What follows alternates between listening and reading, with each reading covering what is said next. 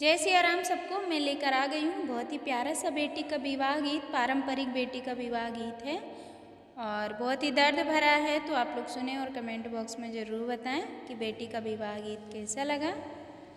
मोरे पीछावर वाघनी बसवरिया तोता मैना ले हैं बसे रे जी। मोरे पीछावर वाघनी बसवरिया तोता मैना ले हैं बसे रे जी। सोई गाए तोता और सोई गाए मैना, सोई गाए गौना के लोगे जी।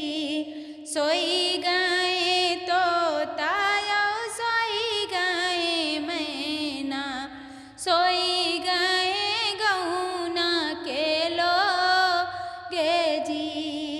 एक नाही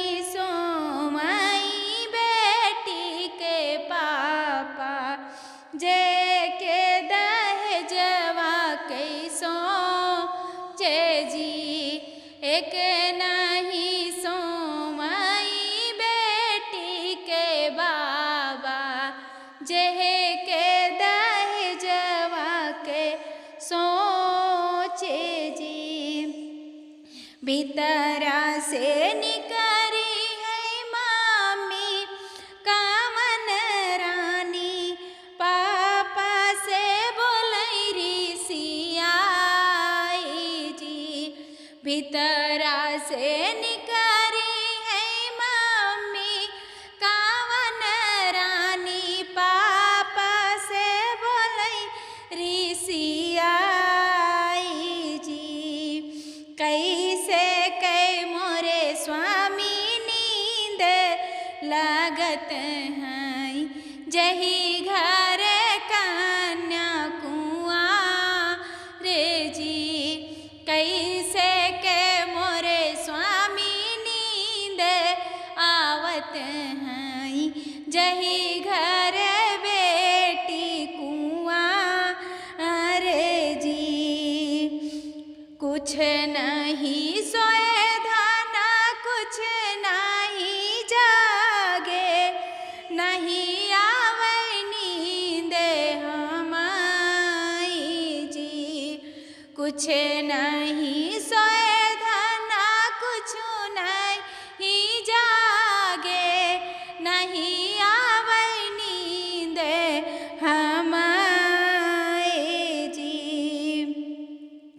बोलाई बाबा मनम मलिन कई, हम तो दहेजवा के सोच जी।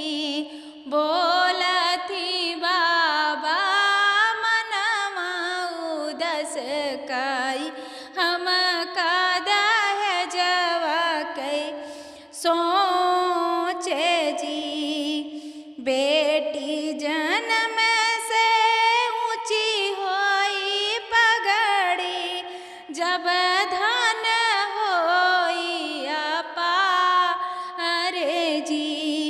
बेटी जन्म से ऊंची होई पगड़ी, जब धन होई अपार जी।